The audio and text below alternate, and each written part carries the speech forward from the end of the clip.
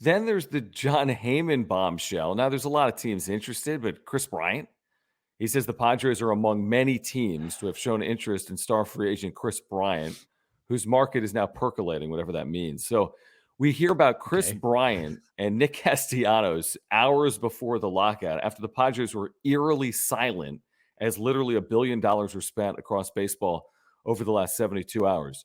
Either is an absolute home run.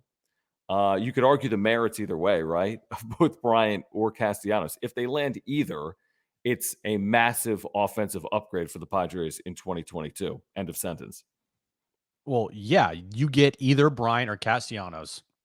You have 1000% not only upgraded your lineup, but put your lineup as potentially like one of the best in baseball. You have Machado, you have Tatis, you have Cronenworth.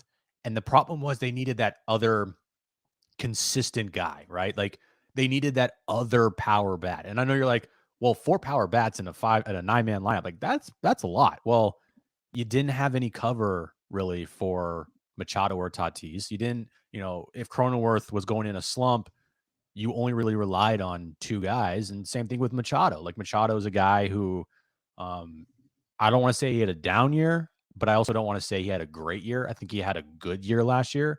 I know if you talk to him, he'll tell you that he could have done better. But he was also injured last year at points that we didn't really talk about because it wasn't really put out in the public.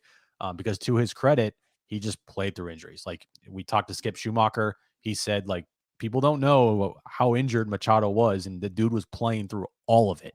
So that probably affected his numbers. But you get a Kris Bryant or Nick Castellanos, and specifically Kris Bryant, like, what's one thing that we know Preller loves? He loves versatility. He loves guys that can play multiple positions.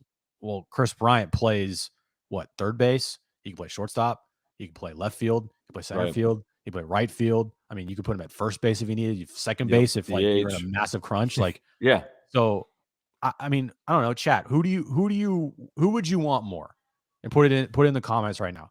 If you could choose Nick Castellanos or Kris Bryant, who would you rather have the Padres sign? Because for me, if I'm looking at it, I still might choose Castellanos because I think he has a better bat than Kris Bryant, even though Kris Bryant gives you more, like versatility wise. I would take Castellanos. I think he's among the best hitters. I think he's among the best raw hitters today in baseball. He's still young enough that I think he could give you 4 prime years, maybe more than that. So yeah, I would take Castellanos. You could go wrong with neither. You could make a case absolutely for Bryant. A lot of people saying that's Bryant a good right point. now. I mean, would Bryant be cheaper? I guess he probably would be a little bit cheaper, maybe a year less as well. But yeah, we're seeing those Bryant reactions. Yeah. A lot of Kris Bryants. A lot of Bryant.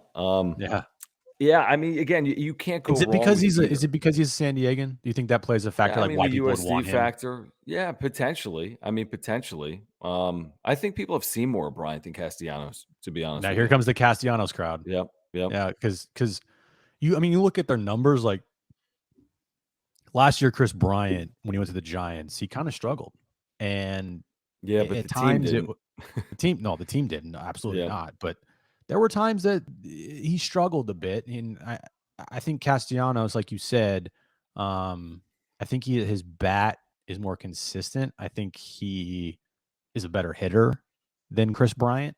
I mean, he's only 29, Castellanos. Well, here's the thing. 939 OPS. They're both 29. They're both all-stars. Is that right? Bryant feels older than that. That's crazy. Yeah. Well, he came up younger, so I know.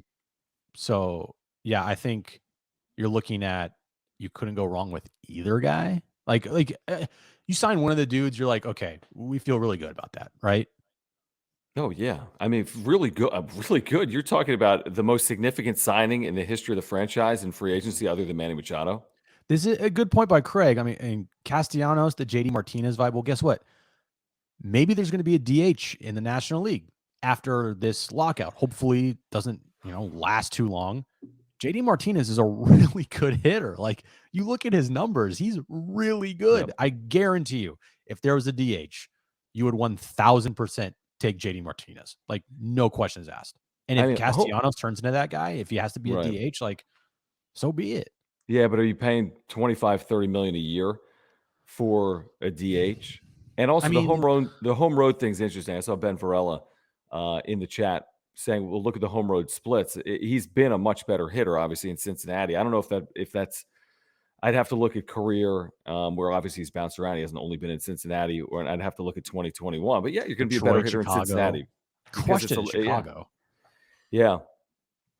So, I So mean, you can't go wrong. I mean, if no, you land either of these players, it's a massive offensive upgrade. I mean, just a complete game changer, an absolute game changer for the Padres offense in 2022. As simple as that, right? it's as simple as you sign one of these guys, plug them in. I mean, you vaulted up to one of the best lineups in the National League West in baseball if everybody's contributing, because you need that guy. You need that fourth guy because you can't rely on Hosmer. You can't rely on Myers. You can't rely on Trent Grisham to give you consistent power. You know, he could have a breakout. I still believe a lot in Trent Grisham. I think if they got rid of Trent Grisham, that would be a massive mistake. They have 4 catchers now. So who Yeah, which knows is what's going to happen fine. at the catcher spot.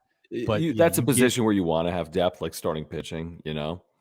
right. Yeah. But at the same time, carrying 4 catchers on a roster, like that No, doesn't that's happen. not happening. There's no way. No, it doesn't There's happen. absolutely no way.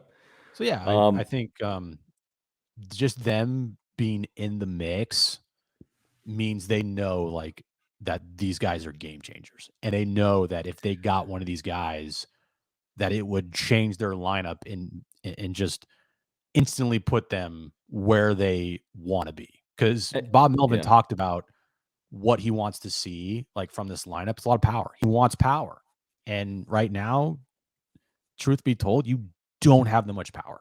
Like And none on by the the way, bench. yeah. None on the bench. Tatis is the only guy that you think can hit like 50 home runs. Machado on an amazing year could give you almost 40, but I don't think Mhm. he's even hit 40 home runs in a season. So that other guy, like a Bryant who can give you 30 plus, or a Castellanos who could give you 40 plus, He like give you imagine 40, having yeah. 2 guy pluses in the lineup. Well, here's the other thing. Why it would be a big win is not only are you adding Castellanos or Bryant, you're subtracting Myers or Hosmer. Yeah, Guaranteed. 100%. There's no way you're pulling that move off and keeping the 40 million plus in payroll for both of the players, Myers and Hosmer. So Mhm. you're not spending 20 something on Hosmer next year and 20 something on Myers and 20 something on Castellanos and 30 on Machado.